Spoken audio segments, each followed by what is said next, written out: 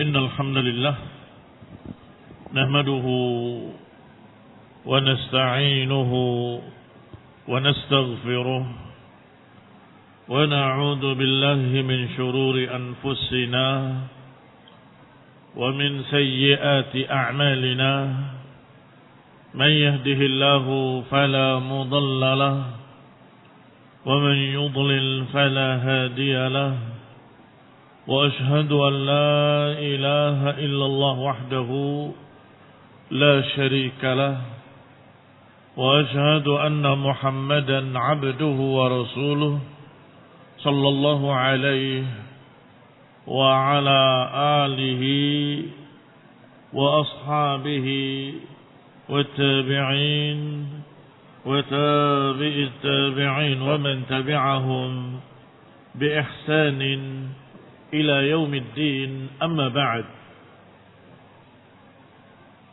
قال رحمه الله أي شيخ محمد خليل حراس رحمه الله تعالى وقد نزلت هذه الآية الأولى في شأن خولة بنت ثعلبة bahwa ayat yang pertama ini turun mengenai seorang wanita sahabiyah yang bernama Khawlah binti Tha'labah. Hina zahara minha zawjuha, ketika didihar oleh suaminya, yaitu Aus ibn Samit. Faja'at tashku ila Rasulullah sallallahu alaihi wa ala alihi wasallam. Maka datanglah dia ke rumah Rasulullah SAW untuk mengadu. Wa tuhawiruh, mengajak bicara Rasulullah SAW. Hawara yuhawiru, apa masdarnya? Tahawur. Maka itulah yang disebut oleh Allah dalam ayatnya tahawurakuma. Wallahu yasma'u tahawurakuma. Allah mendengar pembicaraan kalian. Wa huwa yaqulu laha, sedangkan beliau berkata kepadanya, ma araki illa qad hurimat alaih. Aku tidak melihatmu kecuali engkau sudah diharamkan atasnya. Sudah dibahas tentang makna zihar, sumpahnya seorang suami untuk menyatakan istrinya bahwasanya dia tidak menceraikannya, akan memuliakannya, mengurusinya, menafkahinya, tetapi tidak dijimai. Artinya diperlakukan seperti ummi, seperti ibu. Ibu kan dihormati, diberi ma'isyah, diberi penghidupan, tempat tinggal dan sebagainya, tapi jima tidak. Dikira perbuatan seperti ini dikira memuliakan wanita tadi sebagaimana memuliakan ibunya. Ibunya kan dimuliakan dengan itu, diurus, dilayani, diberikan hajat-hajatnya, tapi nggak dijimai. Ternyata tidak seperti itu. Adapun lafadznya, lafadz yang diucapkan oleh suami dalam dihar adalah anti kadhahri ummi. Engkau seperti punggung ibuku. Karena ada kalimat kadhahri ummi dinamakan dihar. Paham? Baik, sekarang kalau ada yang berkata seorang suami kepada istrinya, engkau seperti ibuku, terjadi dihar enggak? Dia lagi memuji nih. Cantiknya misalnya engkau kayak ibuku cantiknya. Atau sifatnya. Atau badannya. Anti ka ummi, engkau seperti ibuku. Atau punggungnya sama. Bongkok udang. Bongkok udang. Gitu. Kalian akan tahu nanti bongkok udang itu penting. Nanti. Kalau kalian sudah nikah. Anti kadhahri ummi, engkau seperti punggung ibuku. Kok punggungmu sama dengan punggung ibuku? Jatuh di harna? Kok ada yang jawab? Hah? Jatuh? Tidak. Jadi yang kalian pelajari, yang kalian hafalkan, jangan kata-katanya. Dihar adalah ucapan suami kepada istrinya, anti kadhahri ummi. Ini lafaz. Tetapi yang penting dari lafaz itu adalah al-ma'na. Apa maknanya tadi? Dia bersumpah dengan nama Allah bahwa istrinya nggak akan dijimai lagi kayak ibunya, tapi tetap saya mengurusi kamu seperti saya mengurusi ibuku. Aku perlakukan kamu seperti aku memperlakukan ibuku. Itu yang namanya dihar. Kalau mirip mah itu bukan dihar. Anti mirip dengan ibuku. Ya nggak ada masalah. Atau mengatakan punggungmu seperti punggung ibuku, agak bongkok-bongkok dikit, bongkok udang disebutnya. Itu juga nggak ada masalah. Yang jadi masalah kalau niatnya, kalau maknanya adalah mendihar istrinya untuk tidak menyentuhnya lagi selama-lamanya. Diperlakukan seperti ibu, dihormati tapi tidak dijimai. Diberi penghidupan ma'isyah, hajat-hajatnya dilayani tapi tidak dijimai. Kalau ini ada hukumnya tersendiri. Allah Subhanahu wa taala mengatur di dalam ayatnya dalam surat Al-Mujadalah. Tidak boleh suami mendihar istrinya. Kalau ada suami yang mendihar istrinya dikasih dua pilihan. Ceraikan sekalian. Ceraikan sekalian. Biar dia mungkin dinikahi lagi oleh suami yang lain. Atau dikasih batas waktu sampai sekian hari. Lebih dari itu dipisahkan.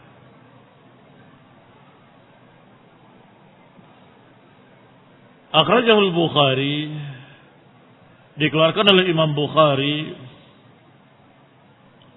dalam sahihnya dari Urwah dari Aisyah radhiyallahu taala anha. Qalat, beliau berkata,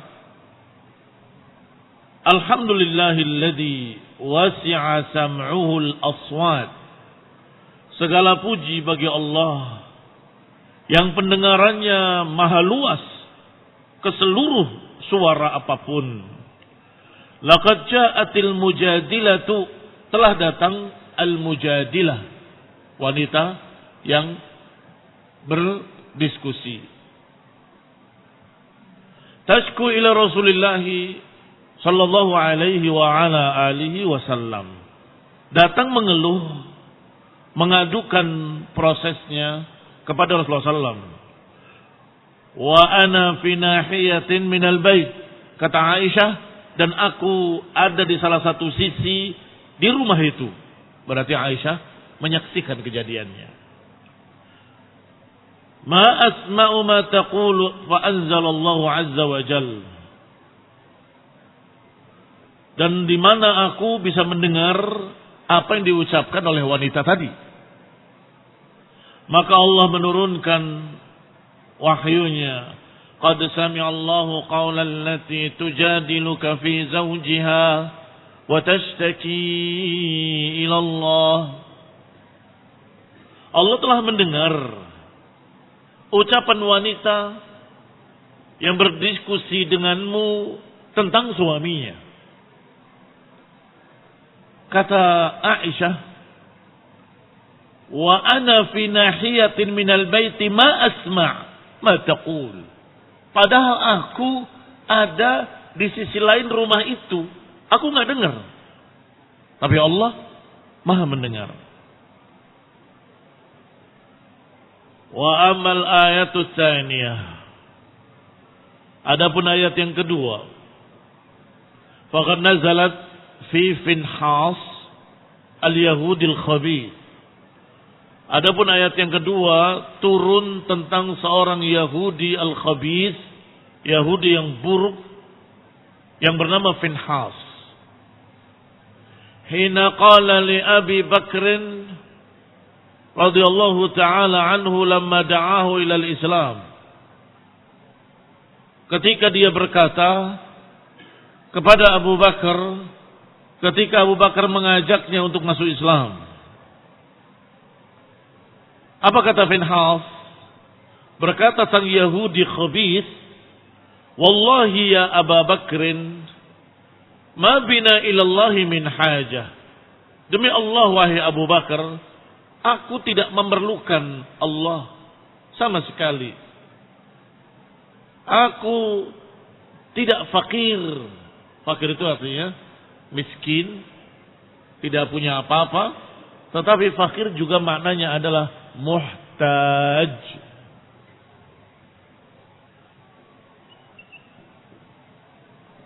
Fakir ay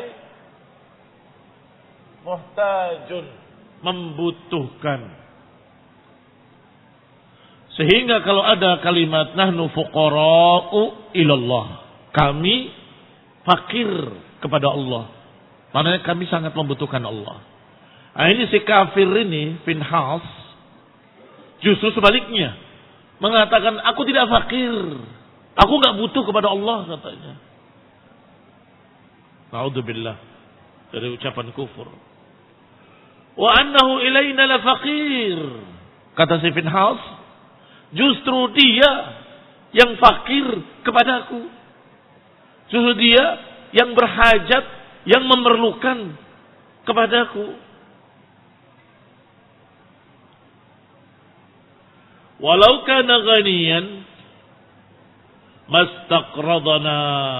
Kalau saja dia kaya, tidak fakir, enggak mungkin dia meminta pinjaman kepada kita. Kata orang kafir khabith Yahudi kepada Abu Bakar. Artinya dia mengkritik ayat Allah Subhanahu wa taala yang menyatakan in tastaqridullaha, kalau kalian memberikan qard kepada Allah, niscaya Allah akan membayarnya, memberikannya sekian, berlipat-lipat kali dalam jannah. Dia mengatakan Allah minta pinjaman pada kita, berarti Allah fakir. Wa nahnu aghniya, sedangkan kita kaya. Na'udzubillahi minal kufri. Kita berlindung pada Allah Subhanahu wa taala dari kekafiran. Ikhwan fillah a'azzakumullah, kaum muslimin rahimani wa rahimakumullah. Mengkritik ayat Allah yang menyatakan man dalladzi yuqridullaha qardan hasana. Siapa yang akan memberikan qard? Qard itu pinjaman kepada Allah, qardan hasana. Maka niscaya Allah akan cukupi berlipat-lipat kali. Kata si Finhas, si kafir Yahudi ini, berarti Allah yang miskin, butuh kepada kita. Sedangkan kita kaya, tidak butuh kepada Allah. Astagfirullah, astagfirullah. Apa kata Allah selanjutnya di dalam ayat ini? Dalam ayat yang kedua ini, Allah katakan laqad sami'allahu qaulal ladzina qalu innallaha faqirun wa nahnu aghnia. Allah Maha mendengar ucapan orang-orang yang berkata sesungguhnya Allah fakir dan kami yang kaya. Itu ayat kedua. Wa amal ayatus tsalitsah. Adapun ayat ketiga. Fa'am bimakna bal. Am maknanya adalah bal. Bahkan mereka mengira begitu. Bukan bermana apakah, bukan. Tapi maknanya bal. Bahkan mereka mengira bahwa kami tidak mendengar rahasia mereka. Bahkan mereka mengira bahwa kami tidak mendengar ucapan mereka. Berarti maknanya apa? Bal. Wal hamzatu lil istifham. Sedangkan hamzahnya adalah untuk istifham. Fahiya al-munqati'ah. Maka dia adalah yang terputus. Istifhamnya adalah istifhamun inkari. Pertanyaan pengingkaran. Pertanyaan pengingkaran adalah pernyataan. Tanya sama nyata. Beda jauh kan? Ya. Ayah sabuna.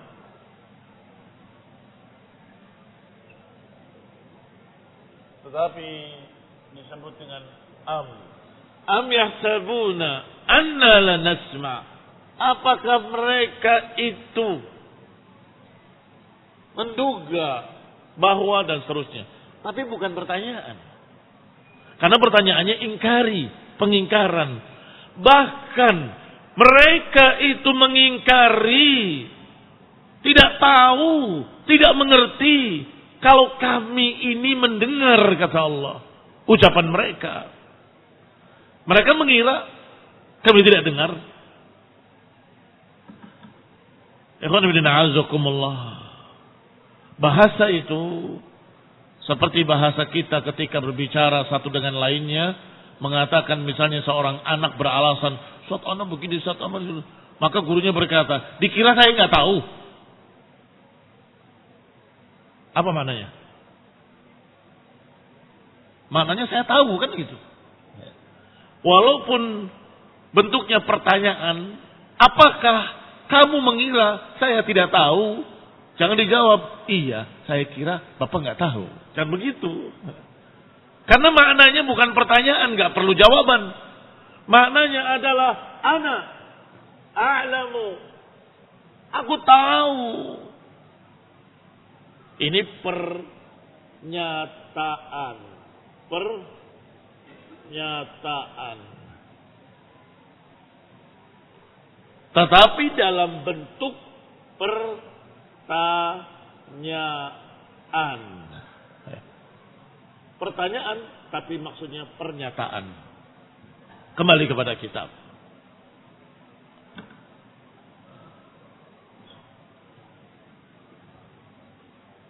Istifhamun inkari atau al-istifhamu al-inkariyu yatadamman ma'na at-taubih, mengandung makna penjelekan kepada orang yang diajak bicara. Mengandung makna taubih, menjelekkan orang yang sedang diajak bicara. Kalau tadi orangnya adalah santri, yang berbicaranya adalah gurunya, dia beralasan 1001 macam alasan. Padahal gurunya tahu. Maka ditaubih anak ini dengan kalimat am hasibta anni la a'lam. Apakah engkau mengira aku tidak tahu? Maknanya ya hada, aku ini tahu, kamu jangan bohong. Ya. Sehingga di dalam istifham ingkari tadi ada makna taubih, ada makna taubih. Allah Subhanahu wa taala dalam ayat ini menjelekkan mereka-mereka yang mengira bahwa Allah tidak tahu. Am yahsabu anna la na'lam sirrahum wa najwahum. Apakah mereka itu mengira kami enggak dengar rahasia mereka? Apa mereka kira kami enggak tahu, kami enggak dengar najwa mereka, bisikan-bisikan mereka? Ada taubih di dalamnya. Bala wa rusuluna ladaihim yaktubun. Bahkan ada utusan-utusan kami di tengah mereka yang mencatat. Ada malaikat-malaikat utusan Allah yang mencatat. Ini ayat yang ketiga. Wal ma'na, berarti maknanya.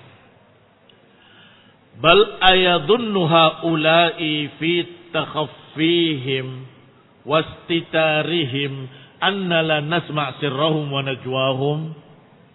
Maknanya, bahkan apakah mereka mengira dalam sembunyi-sembunyinya mereka, dalam istitar, dalam sembunyi-sembunyinya mereka, mereka kira kami nggak dengar, mereka kira kami nggak tahu rahasia mereka dan bisikan mereka. Bala nasma'u dzalik, bahkan kami benar-benar mendengar. Wa hafadhatuna ladaihim, dan malaikat hafadhah yang selalu mendampingi manusia ini, ladaihim yaktubun, ada di sisi mereka menulis, mencatat, ma yaquluna wa ma yaf'alun, mencatat apa yang mereka ucapkan dan mencatat apa yang mereka kerjakan. Itu ayat ketiga. Wa ammal ayatul rabi'ah, adapun pada ayat keempat, Allah Subhanahu wa taala berfirman, innani ma'akuma asma'u wa ara. Sesungguhnya aku bersama kalian berdua mendengar dan melihat. Fahiya khitabun minallahi azza wa jal li Musa wa Harun. Itu adalah pembicaraan Allah azza wa jalla kepada Musa dan Harun. Maka domir itsnain, domir huma atau kuma adalah untuk Nabi Musa dan Nabi Harun alaihimas salatu wassalam.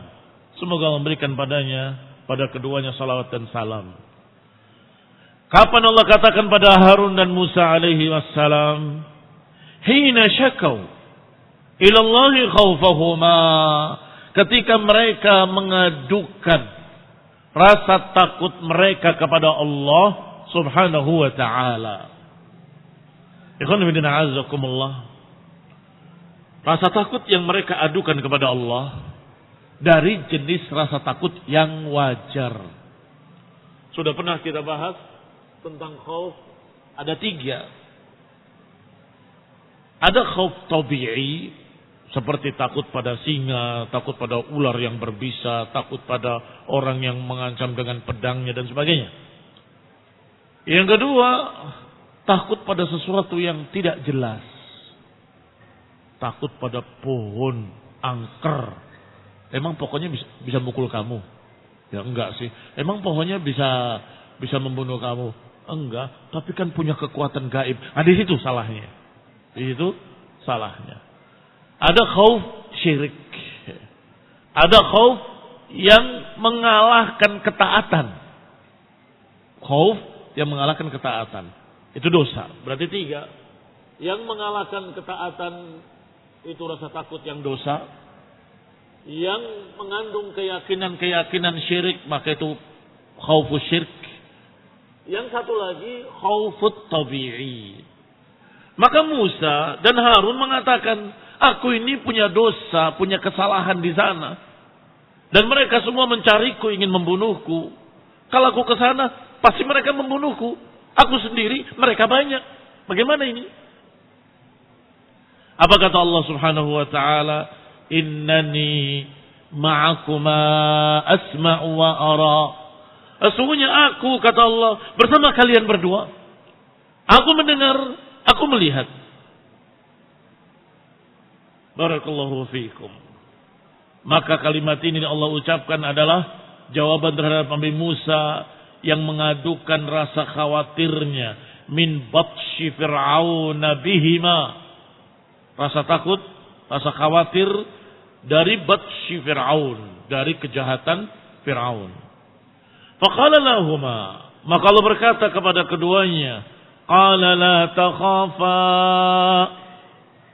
janganlah engkau berdua takut, innani ma'akuma asma'u wa ara, janganlah engkau berdua takut, karena aku bersama kalian berdua, asma'u wa ara, aku dengar dan aku lihat. Aina syahid, mana yang menjadi dalil dalam ayat ini sebagai pembuktian apa yang sedang kita bahas? Asma'u wa ara. Karena kita sedang membahas sifat Allah. Sifat Allah apa? Sami' atau sama'? Sama'. Naam. Basir apa basar? Sifat basar. Jangan lupa. Wa amal ayatil khamisah, adapun ayat yang kelima, yaitu ayat Allah Subhanahu wa taala, alam ya'lam bi anna Allah yara. Alam ya'lam bi anna Allah yara. Tidakkah dia tahu kalau Allah itu melihatnya? Faqad nazalat fi sya'ni Abi Jahlin. Ayat ini turun tentang Abu Jahal la'anahullah, sampai matinya dia kafir. Hina nahan Nabi, ketika melarang Nabi sallallahu alaihi wa ala alihi wasallam untuk salat. Melarang salat. Awas, kalau aku lihat lagi engkau salat indal bait, di sisi Ka'bah. Maka Allah Subhanahu wa taala menurunkan wahyunya, ara'aita alladhi yanha 'abdan idza shalla ara'aita in kana 'alal huda aw amara bit taqwa ara'aita in kadzdzaba wa tawalla alam ya'lam bi anna Allah yara. Allah katakan tentang dia, Abu Jahlin la'anahullah, tidakkah kau lihat orang yang melarang hambanya ketika dia salat? Tidakkah kau lihat bahwa ternyata dia di atas petunjuk? Dan juga atau dia memerintahkan untuk takwa? Ara'aita in kadzdzaba wa tawalla, juga kau lihat dia, maksudnya Abu Jahal, kadzdzaba wa tawalla, mendustakan lagi berpaling. Kemudian Allah katakan, alam ya'lam bi anna Allah yara. Tidakkah dia tahu bahwa Allah melihatnya? Tidakkah dia sadar kalau Allah melihat dia ketika dia melarang, ketika dia mengancam, ketika dia berkata begini dan begitu? Allah tahu semuanya. Alam ya'lam bi anna Allah yara. Isbatu sifat mana? Sifat ru'yah. Penetapan sifat ru'yah. Penetapan sifat basar. Ikhwan fillah a'azzakumullah. Demikian pula ayat berikutnya, alladzi yaraka hina taqum, yang melihatmu ketika engkau berdiri. Demikian pula ayat terakhir, wa qul i'malu fasayarallah, katakan beramallah kalian, Allah akan melihat. 3 ayat ini semuanya berbicara tentang ru'yah, bahwa Allah memiliki sifat ru'yah, memiliki sifat basar. Intaha mulakhasan. Selesai secara ringkas bab masalah sifat Allah Subhanahu wa taala as-sam'u wal basaru, atau al-basar war ru'yah. Kembali kepada matanya. Qala Syekhul Islam Ibnu Taimiyah rahimahullah fil aqidah al-wasithiyah, wa qawluhu wa huwa syadidul mihal, wa qawluhu wa makaru wa makara Allah wallahu khairul makirin, wa qawluhu wa makaru makran wa makarna makran.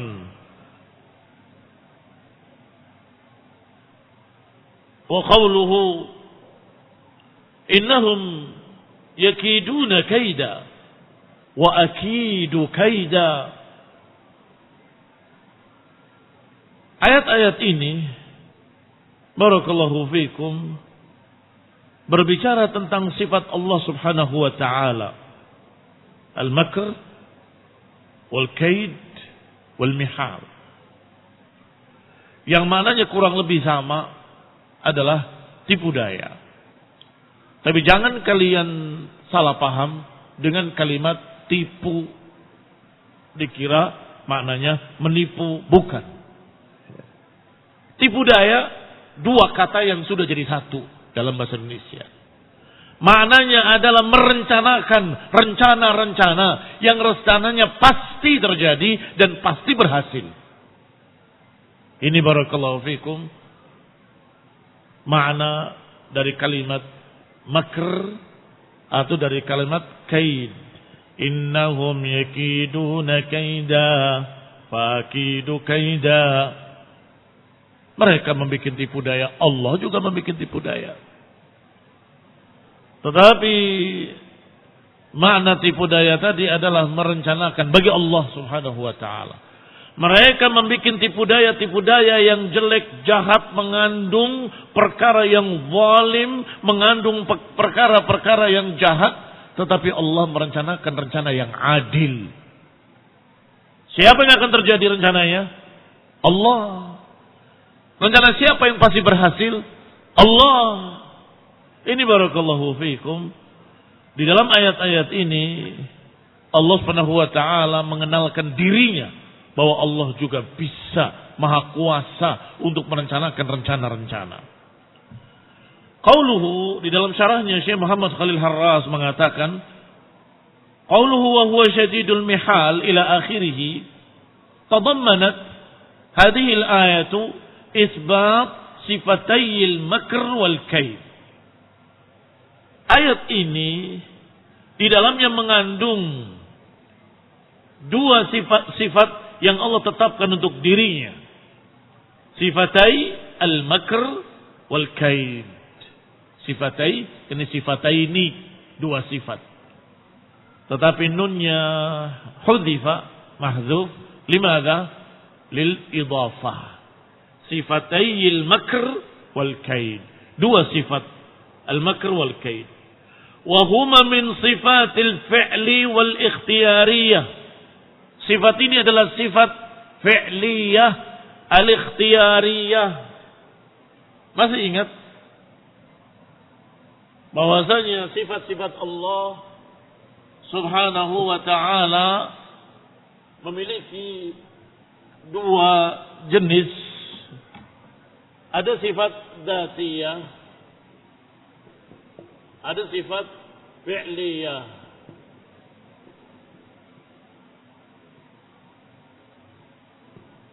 Sifat Allah Subhanahu wa taala yang dzatiyah selalu ada pada zatnya kapanpun dimanapun.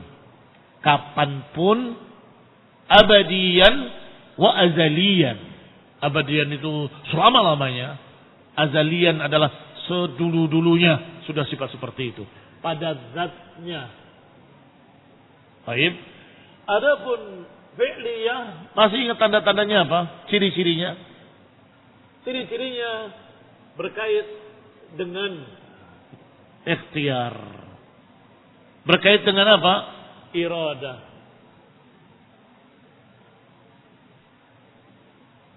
Berkait dengan iradah. Berkait dengan kemauan, ikhtiar. Kalau Allah mau, Allah bisa. Kalau tidak, Allah tidak mau, ya Allah tidak lakukan. Fi'liyah. Ciri-cirinya berkait dengan iradah, berkait dengan ikhtiar. Baik, sehingga ketika bicara Allah turun ke langit dunia, kapan? Ya kalau Allah mau. Sifat maji, sifat datang. Apakah terus menerus? Ya enggak. Kapan dong? Ya kalau Allah mau. Baik. Ikhwan fillah a'azzakumullah. Sekarang pertanyaan. Siapa yang bisa jawab? Sifat kalam bagi Allah, zatiyah atau fi'liyah?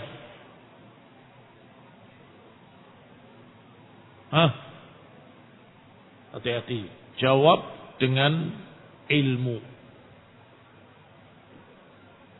Man yujib? Kalau Allah mau bicara, Allah bicara. Kalau tidak, ya tidak. Fi'liyah dong. Ada yang membantah. Kalau kamu katakan fi'liyah berarti dulunya Allah tidak memiliki sifat kalam. Loh, punya. Berarti zatiyah dong. Kalau dari dulu-dulunya Allah punya sifat kalam. Disinilah sifat kalam mengandung dalamnya dua sisi. Dia zatiyah dan dia fi'liyah. Zatiyatul asl, dia zatiyah, aslul kalamnya Allah memiliki sejak dulu-dulunya sampai kapanpun Allah memiliki sifat kalam. Tetapi ketika Allah berbicara parsialnya pada iradahnya, fi'liyahnya. Berarti ada asl, ada al-kalam.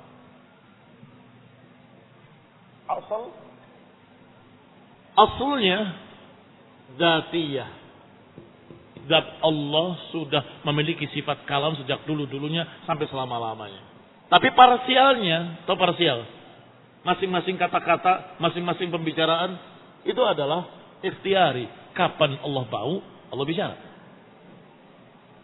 Kalau Allah tidak berkehendak, Allah tidak bicara.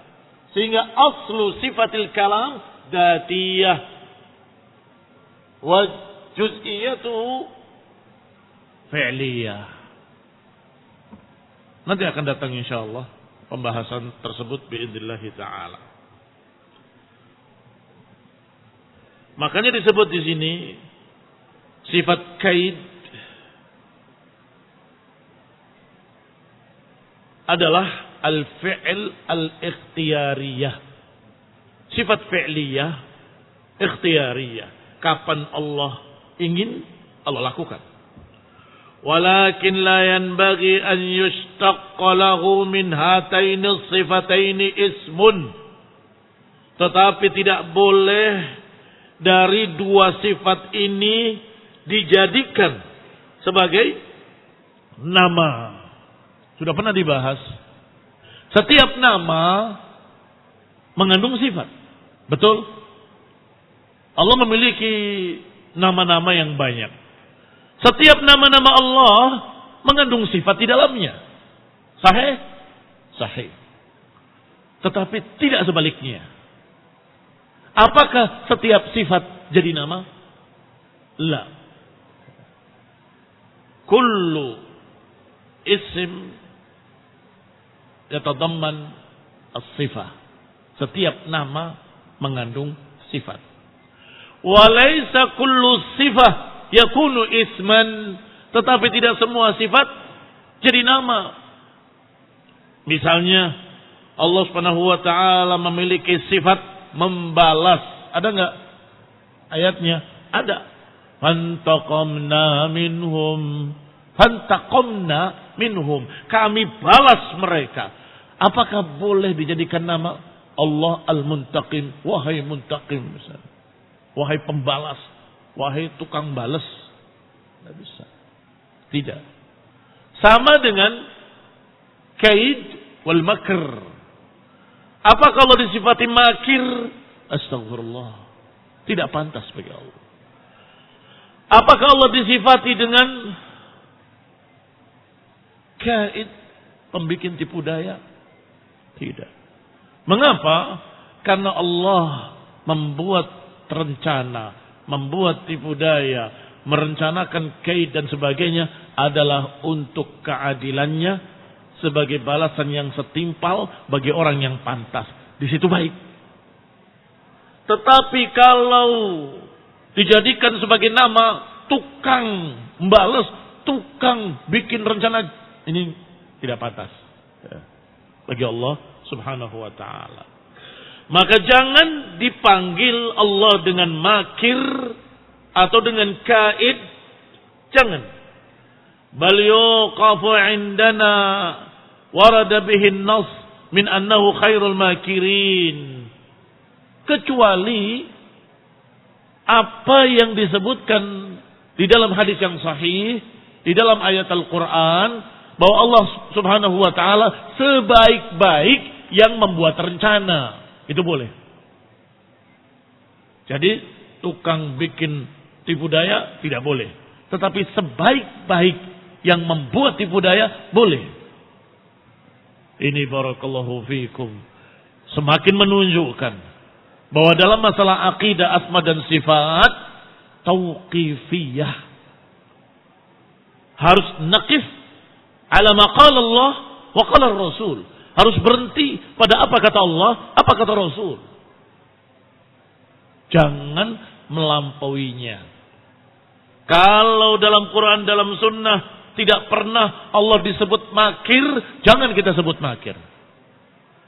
Kalau dalam Quran dan sunnah tidak pernah menyebut kaid, pembikin tipu daya, jangan kita buat, jangan kita katakan dengan kalimat seperti itu. Tetapi kalau fi'ilnya Allah merencanakan, mereka punya rencana, Allah juga punya rencana. Mereka membikin tipu daya, Allah juga membikin tipu daya. Dan Allah khairul makirin, sebaik-baik pembuat rencana. Berarti ada kalimat khairul makirin.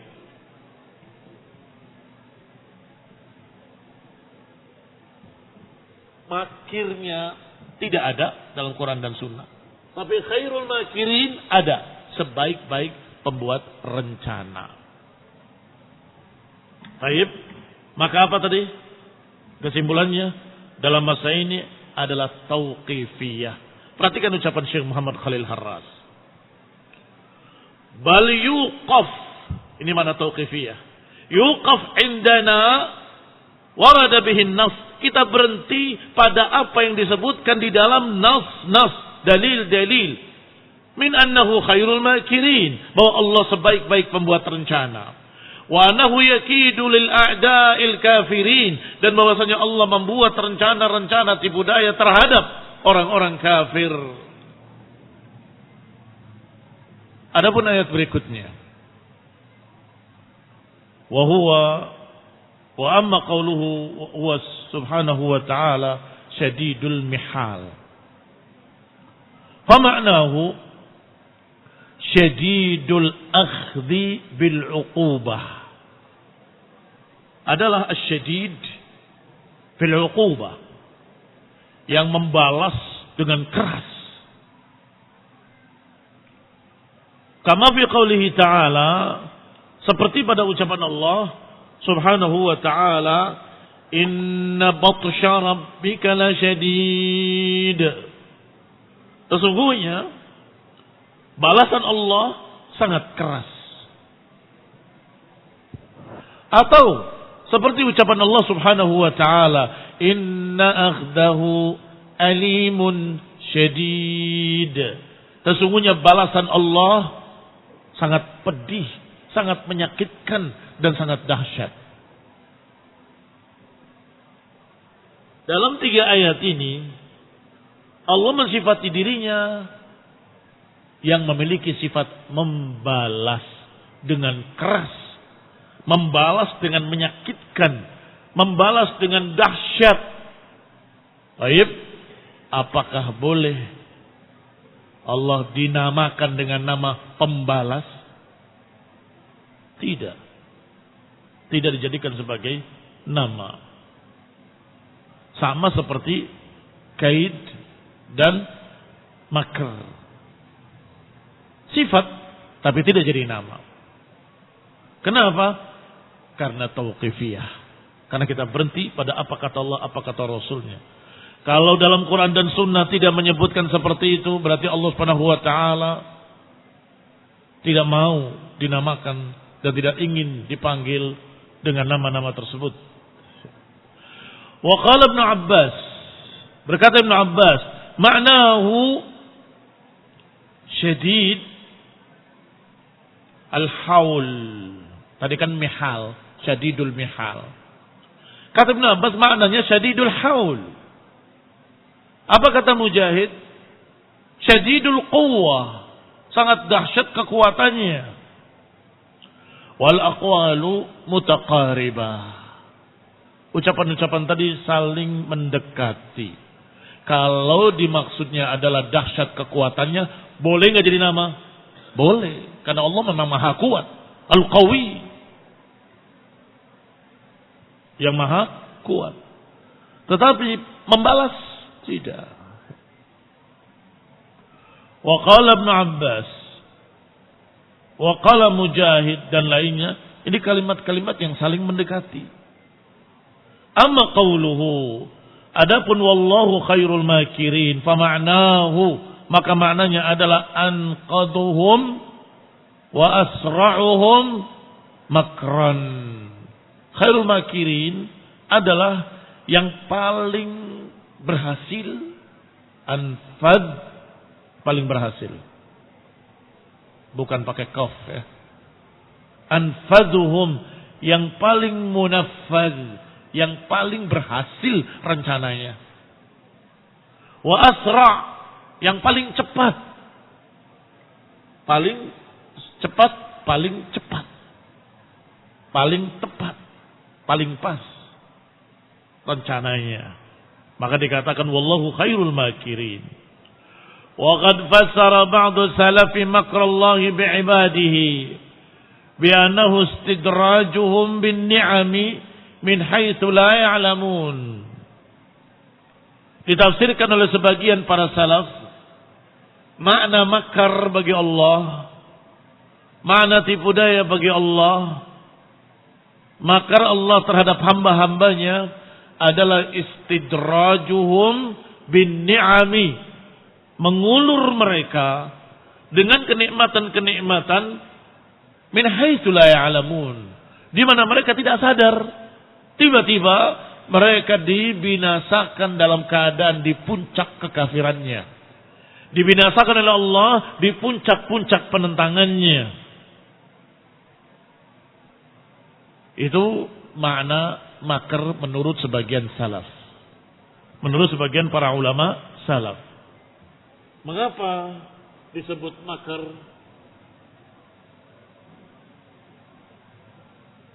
Karena para hamba tadi tidak sadar.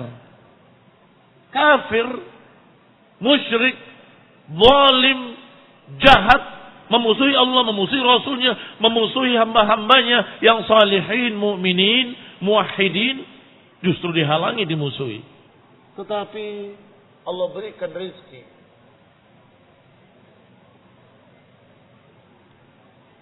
Maka mereka salah sangka. Allah nggak menipu. Iya kan? Bukan sifat Allah menipu. Tetapi dengan istidraj mereka tertipu. Dikira, oh, nggak apa-apa tuh. Saya kafir, menentang agama, menentang tauhid, menentang sunnah, malah saya tambah kaya. Itu makar. Rencana Allah Subhanahu wa taala.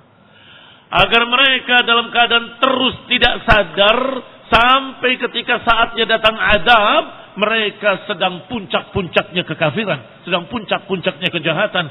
Ini adalah istidraj, dan itu juga termasuk jenis makar-makar Allah Subhanahu wa taala.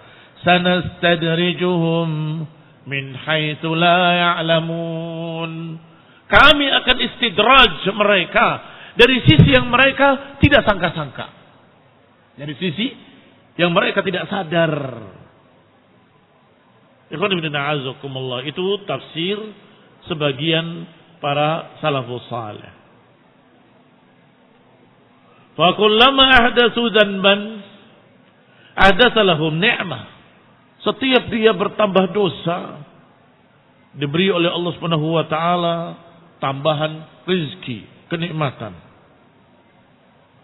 Wa bil hadis, sebagaimana disebutkan dalam hadis, idza ra'aita Allah yu'til 'abda minad dunya ma yuhib wa huwa muqimun 'ala ma'siyatihi fa'lam annama dzalika minhu istidraj.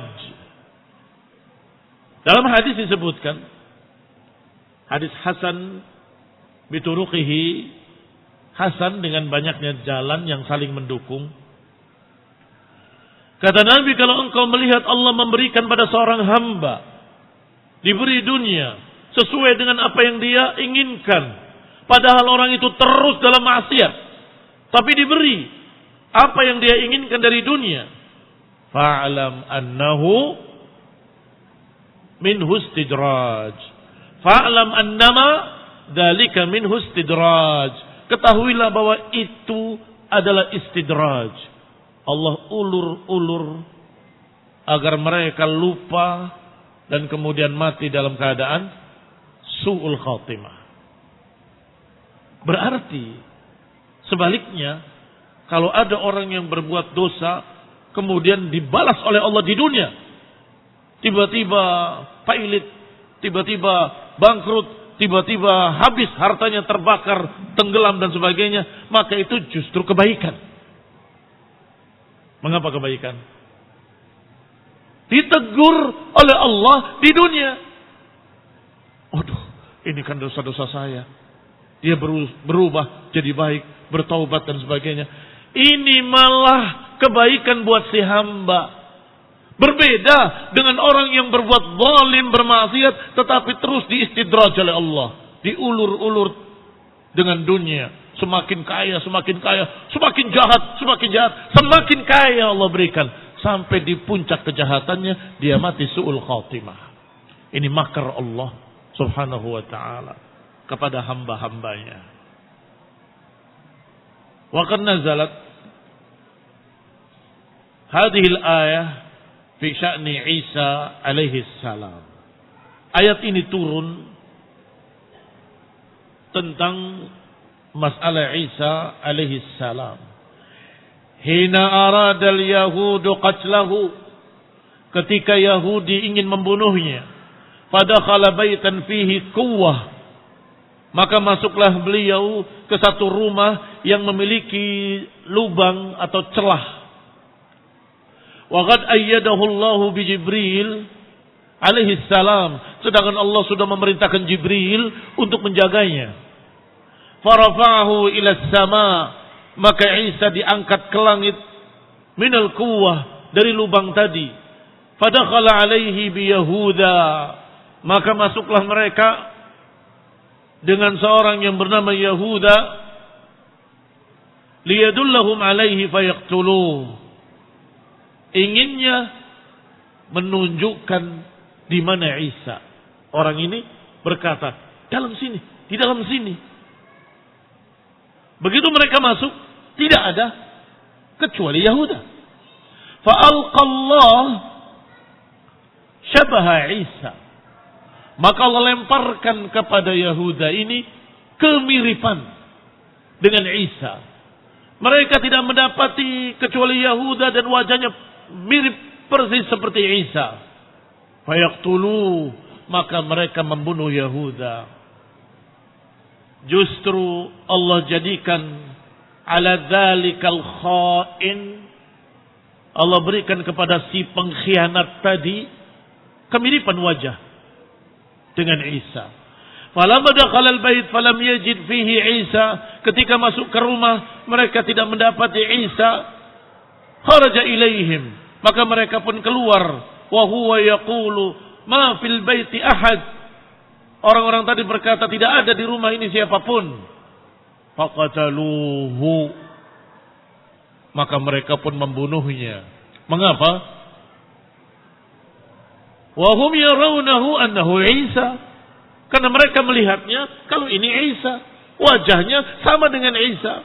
Fadzalika qauluhu ta'ala, maka inilah makna ayat tadi, wa makaru wa makarallah wallahu khairul makirin. Mereka membuat tipu daya dan Allah pun membuat rencana, dan rencana Allah yang pasti terjadi. Wa amma qauluhu, adapun ucapannya makaru makran wa makarna makran, adalah kisah tentang beberapa orang yang jumlahnya 9 dari kaumnya Saleh. Dari kaumnya soleh. Bukan yang 9 orang tadi kaum yang soleh. Bukan. Saya mengatakan seperti itu tadi, diralat. Salah ucap. Barakallahu fiikum. 9 orang dari kaumnya Nabi Saleh. Yang mereka saling bersumpah, sungguh kita akan binasakan Saleh dan keluarganya semuanya. La yaqtulannahu bayatan, maknanya nubayyit adalah kami akan bunuh mereka di malam ini. Bait maknanya malam. Tsumma lanaqulanna liwaliyihi ma syahidna mahlika ahlihi. Kemudian kita akan berkata, kami enggak tahu kenapa dia bisa binasa. Kami enggak tahu kenapa mereka binasa. Fakana aqibatu hadzal makr minhum. Ternyata akibat dari rencana jahat mereka adalah makar Allah yang Allah hancurkan mereka seluruhnya dan kaumnya ajma'in. Allah turunkan azab. Maka inilah makna wa makaru makran wa makarna makran. Mereka membuat rencana, kami pun membuat rencana. Mereka merencanakan untuk menghancurkan dan membinasakan Nabi Saleh dan keluarganya, sedangkan Allah merencanakan untuk membinasakan semua kaum Nabi Saleh tadi seluruhnya. Mana yang terjadi? Rencana Allah apa rencana mereka? Nah, barakallahu fikum, rencana Allah yang terjadi. Wa makaru makran wa makarna makran. Mereka punya rencana, kami pun punya rencana, kata Allah. Wallahu khairul makirin. Dan Allah lah sebaik-baik pembuat rencana. Wallahu ta'ala a'lam bis-shawab. Wa sallallahu ala Muhammadin wa ala alihi wa ashabihi